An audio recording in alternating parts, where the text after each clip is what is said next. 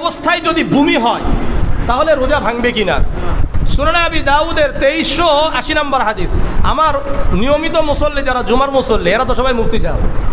কারণ কি আমি প্রশ্ন করার সুর কি করতেই কি উত্তর চলে আসে মাশাআল্লাহ। عن أبي هريرة رضي الله تعالى عنه قال قال رسول الله صلى الله عليه وسلم من زرعه القيء وهو صائم। আবু হুরায়রা রাদিয়াল্লাহু তাআলা আনহু বর্ণনা করেন আল্লাহর রাসূল সাল্লাল্লাহু আলাইহি ওয়াসাল্লাম বলেন, যে ব্যক্তি রোজারত অবস্থায় বমি হয়ে গেল, ওয়া সাইমুন বমি হয়ে গেল রোজারত অবস্থায়, ফালাইসা আলাইহি কাযাউন, ওই ব্যক্তির জন্য কাযা নাই, ওই ব্যক্তি ওই দিন পূর্ণ করে নিবে। এখন অনেকে আবার বলে যে হালকা হয়ে গেছে। আরে মিয়া হালকা হয় কিভাবে? হালকা বলতে কিছু আছে নাকি? ওই হালকা বরং এই ব্যক্তি যার ভূমি হয়েছে তার কষ্ট বেশি হয় না কম হয়? বেশি হয় না? হওয়ার কারণে তার সওয়াব আরো বেশি হবে। আপনি হালকা করলেন কেন? কি বলেন?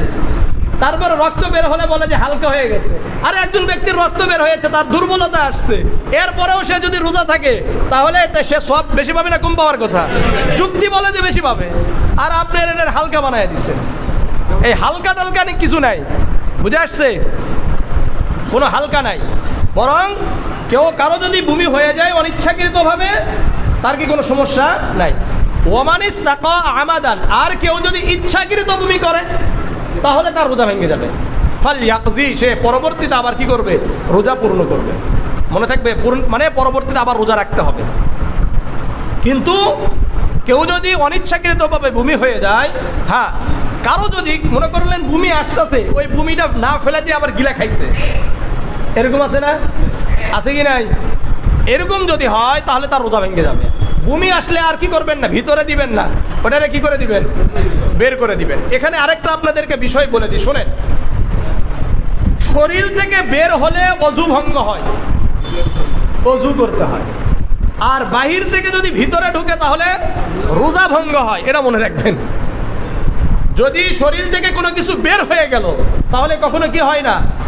রোজা ভাঙ্গে না। এখানে আরেকটা বিষয় আছে, সেটা হলো যদি অর্থাৎ আপনি যদি সহবাস করে বীর্য বের করেন তাহলে রোজা ভেঙে যাবে।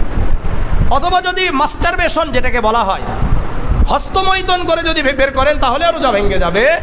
কিন্তু যদি আপনার অনিচ্ছা অর্থাৎ স্বপ্নদোষ হয়ে যদি ভেঙে যায় তাহলে কি হবে না? যদি বের হয়, বীর্য বের হয়, স্বপ্নদোষ হয়, তাহলে কি হবে না? রোজা ভাঙবে না। মনে থাকবে? বাকি একটা নিয়ম মনে রাখবেন, শরীর থেকে কোনো কিছু বের হলে কি হয় না?